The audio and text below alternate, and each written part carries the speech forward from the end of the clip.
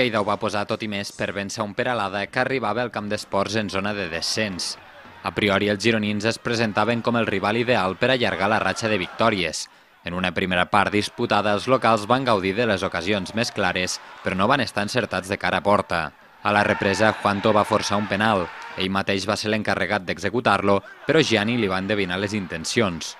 Tampoc va estar encertat en la definició a l'hora de culminar una jugada d'atac. Sí que va veure porta en la següent ocasió, però el gol no va pujar al marcador. La mà de Gianni fora l'àrea li va valdre l'expulsió al porter del Peralada, que fins llavors havia mantingut en vida el seu equip.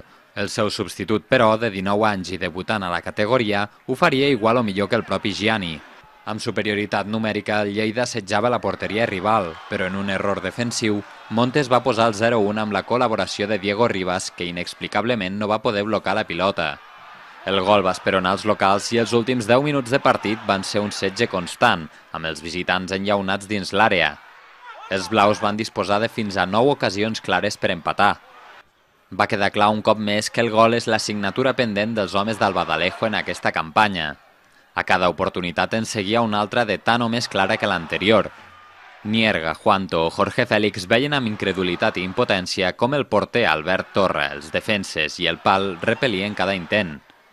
El Peralada també ho va intentar amb aquest remat d'Álamo en una jugada que va precedir el gol de l'empat. Jugada de Moussa, assistència de Juanto i ara sí, gol de Jorge Félix que posava l'1-1 al temps de descompte. Hem fallat opcions increïbles de gol. Jo puc entendre que el porter pugui parar 3 o 4, jo puc entendre, ho ha fet bé, ha parat, però hem fallat amb porter, hem fallat sense porter, hem fallat un penal, hem fallat 3 ocasions sota pals amb el porter a terra. Vull dir, és que és un no parar. Per tant, ens estem jugant molt tots i hem d'estar molt més concentrats. A vegades pensem que això va relacionat amb la sort, jo amb això no hi crec, perquè el que has de fer és continuar treballant. L'empat deixa el Lleida 5 punts del play-off. El proper partit serà diumenge a Eivissa davant del Penya Deportiva.